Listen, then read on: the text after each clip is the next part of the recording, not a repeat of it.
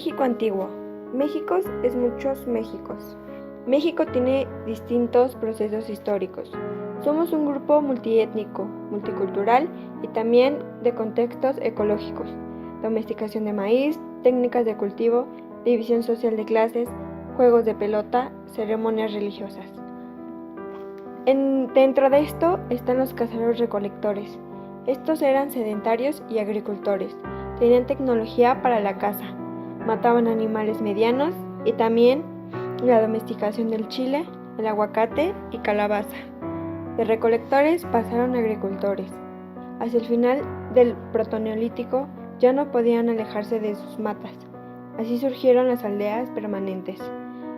Se domesticaron los perros y comienzan los sacrificios humanos y culto a los muertos. Mataban por sobrevivencia. Había feminicidios, infanticidio y gerontocidio, que esto es, mataban a niños, a mujeres y ancianos. De ahí se creó la alborada de la civilización. Se conoce como preclásico aldeano. Las regiones son aldeas, suelen tener un promedio de 10 a 12 hogares y una población de 60 personas. Consistía en varios cuartos agrupados en torno a un patio, o sea, que dentro de un patio podía haber 12 hogares, 10 y con cuartos muy pequeños. Surgen villas. Estas son como 200 hogares que superan a los 1000 habitantes. San José Mogote en Oaxaca, una villa que destaca dentro de la región. También clases sociales. Las villas fueron escenario de las primeras sociedades jerarquizadas. Jefe y sus hijos y algunos guerreros promovían atuendos y artefactos para resaltar el rango, pero estas jefaturas duraron poco. De ahí se originaron la diversidad regional. Hacia el año 500 a.C., las manifestaciones olmecas se extinguen y son reemplazadas por varios cultos regionales, con nuevos estilos arquitectónicos, cambio a la escultura en la cerámica ritual y en el orden simbólico. También el Monte Albán, uno de los sucesos que marcó el inicio preclásico en el Valle de Oaxaca. Era una montaña pedregosa, sin agua y deshabitada. Alianza celebrada por el conjunto de los asentamientos del valle. También está Cuicuilco. Empezó a despoblarse tras una erupción volcánica. Dos de los rasgos característicos de Cuicuilco desaparecieron del valle. Uno, la plataforma ceremonial, y dos, el batallón, tumbas del Botellón. Estos rasgos permanecen en el occidente de México, Jalisco, Michoacán, Nayarit y Colima. De ahí la era del imperio nace. Entre el año 100 a.C. y 200 después de Cristo, durante los primeros 200 años se construyeron las pirámides del Sol y la Luna, así como el templo de Quetzalcóatl. De ahí surgieron conjuntos habitacionales. Estos eran de mampostería y muy poca gente vivió en chozas de adobe. Se elevaban sobre grandes taludes y sus muros carecían de ventanas. 1 o 2 patios permitían el acceso. La mayoría de estos era de planta cuadrada, aproximadamente de 60 por 60 metros cuadrados. Había distritos también.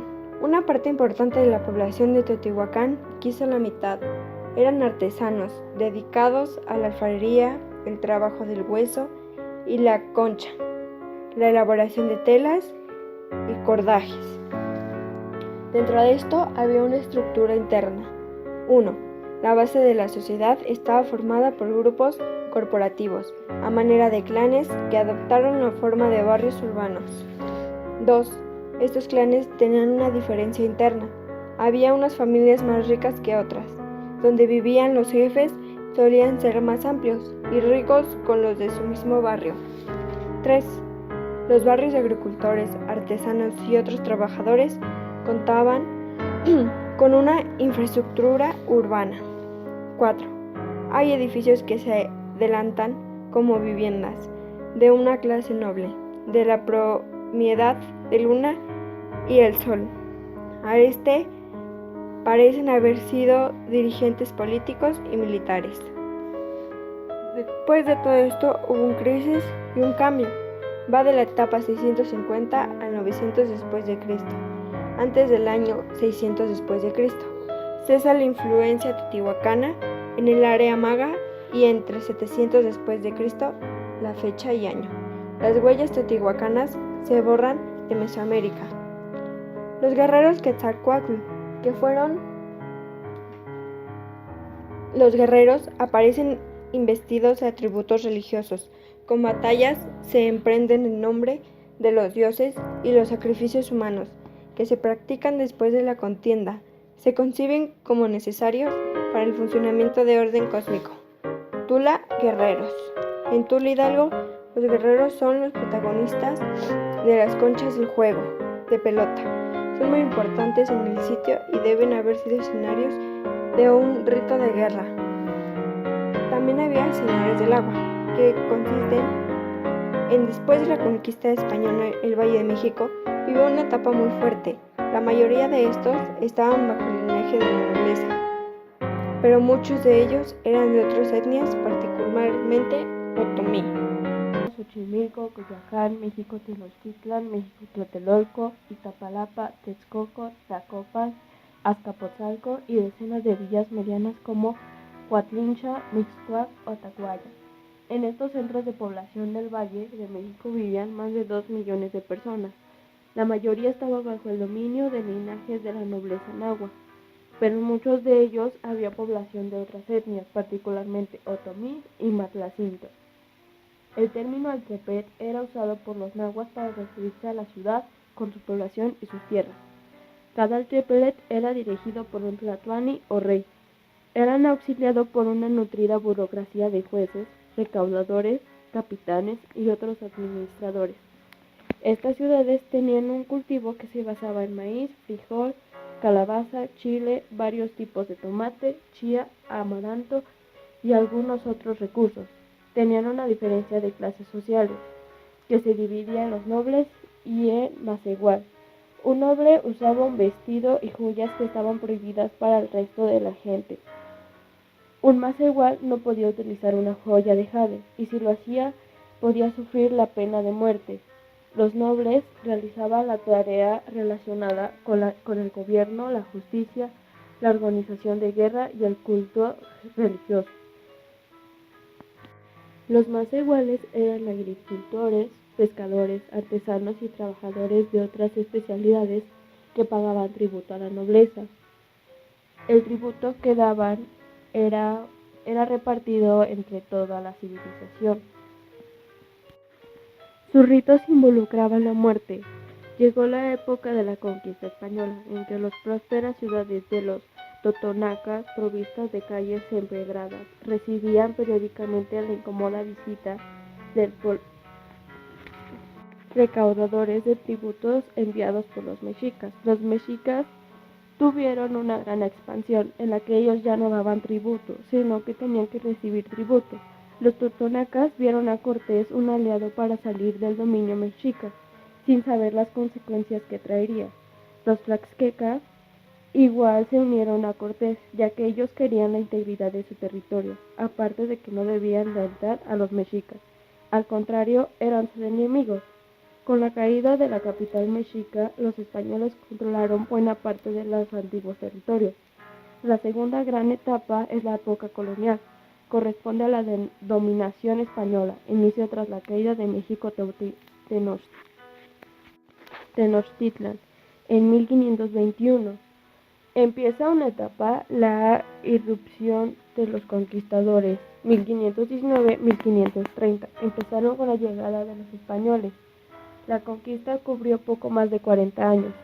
La conquista se dio a la expansión de la economía y la cultura europea a partir de las exploraciones marítimas portuguesas, que desde mediados del siglo XV llevaron al establecimiento de enclaves comerciales en algunos puntos de las costas de África, India y sudeste asiático, así como la ocupación de Cabo Verde, los Azores y otras islas del Atlántico. El deseo de los reyes de Castilla y León por participar de manera más activa en los circuitos comerciales que estaban formando fue de los que los llevó en 1492 a financiar el viaje de Cristóbal Colón en busca de la India, con los resultados que son bien conocidos. La ocupación española de las islas del Caribe, especialmente Cuba, Jamaica, Santo Domingo y Puerto Rico, Fue en buena medida réplica de la experiencia de las Canarias: ocupación violenta, producción de azúcar, colapso de población nativa e introducción de esclavos africanos. El continente americano, en ese tiempo Nuevo Mundo, empezaba a participar de un circuito de intercambios que poco a poco iba abarcando todo el planeta. Estos intercambios involucraron personas, animales, plantas, metales, manufacturas y todo lo asociado a ello, desde las enfermedades hasta la cultura. Estos movimientos se manejaron de modo de satisfacer las necesidades y intereses europeos o españoles, y de ello derivó la situación colonial de dependencia que marcó América en los siglos por venir. El primer contacto europeo fue en 1517, a la costa de Yucatán. A esta primera expedición siguió otra, y a continuación una tercera, en la que ya eran claros los propósitos de conquista, asunto que implicaba precisar diversas cuestiones jurídicas que definieran y regularan los privilegios o derechos a que aspiraban los conquistadores. La tercera expedición, organizada por Hernán Cortés, se desprendió de su tronco cubano en 1519, mediante el recurso de fundar una población y erigirle un cabildo. El Nuevo Mundo tenía pequeños señoríos, que es decir, pequeños estados o cuerpos políticos que disfrutaban de diferente grado de autonomía. Los señoríos eran las unidades básicas de la organización política prehispánica. Muchos eran tributos de la Triple Alianza, pero otros, como los tlaxcaltecas, eran independientes. De noviembre de 1519 a junio de 1520, tiempo que los españoles aprovecharon para obtener información y recursos, pero sobre todo eso establecer alianzas con otros señoríos de un modo que no contradijera las prácticas políticas de Mesoamérica. La segunda gran etapa en la historia de México es la época colonial. Tal definición corresponde a los años de la dominación española. Adquirió unidad política bajo el nombre de Nueva España.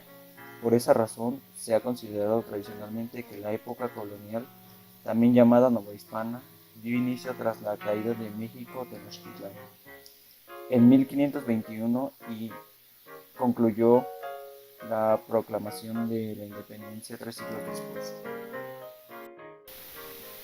Pero tal precisión cronológica es válida solo en lo relativo a la existencia formal de Nueva España como unidad política, y no es la aplicable a otros aspectos. En lo económico y social, por ejemplo, o en lo demográfico y cultural. No se puede hablar de un periodo que empieza en 1521 y termina en 1821. En estas cuestiones serán improcedentes tratar de señalar fechas precisas. La economía del mercado, por ejemplo, se fue transformando paulatinamente a medida que los españoles expandían sus actividades comerciales, agropecuarias y mineras.